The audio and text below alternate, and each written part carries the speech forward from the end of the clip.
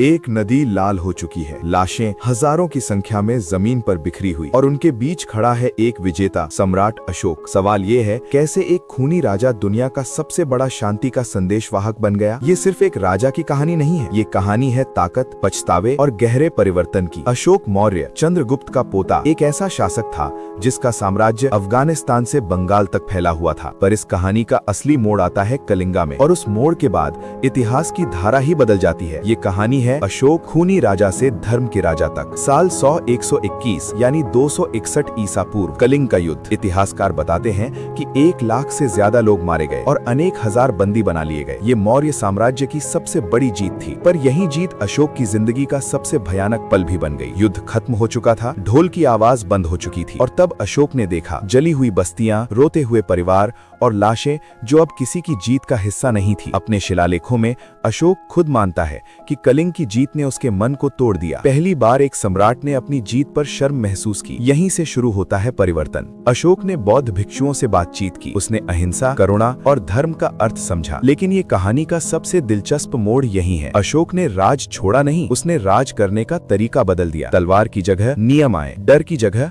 दया। Hospitals बनने लगे, इंसानों के लिए भी और जानवरों के लिए भी। सड़कों के किनारे पेड़ लगाए गए, पानी के कुएं खुदवाए गए, यहाँ तक कि शिकार और जानवरों की बलि पर भी पाबंदी लगाई गई। ये सब एक विजेता राजा के आदेश थे, जो अब हिंसा से नहीं, विचार से राज करना चाहता था। अशोक ने अपने संदेश को पत्थरों और स्तंभों पर लिखवाया ताकि समय उसे मिटा न सके। यही धर्म भारत से बाहर निकला, श्रीलंका, सेंट्रल एशिया और चीन तक फैला, और अशोक एक योद्धा से ज्यादा एक विचार बन गया। ये कहानी हमें याद दिलाती है कि सबसे बड़ा परिवर्तन बाहर नहीं होता, वो अंदर होता है। एक खूनी राजा जो इतिहास में अमर हुआ धर्म के राजा के रूप में।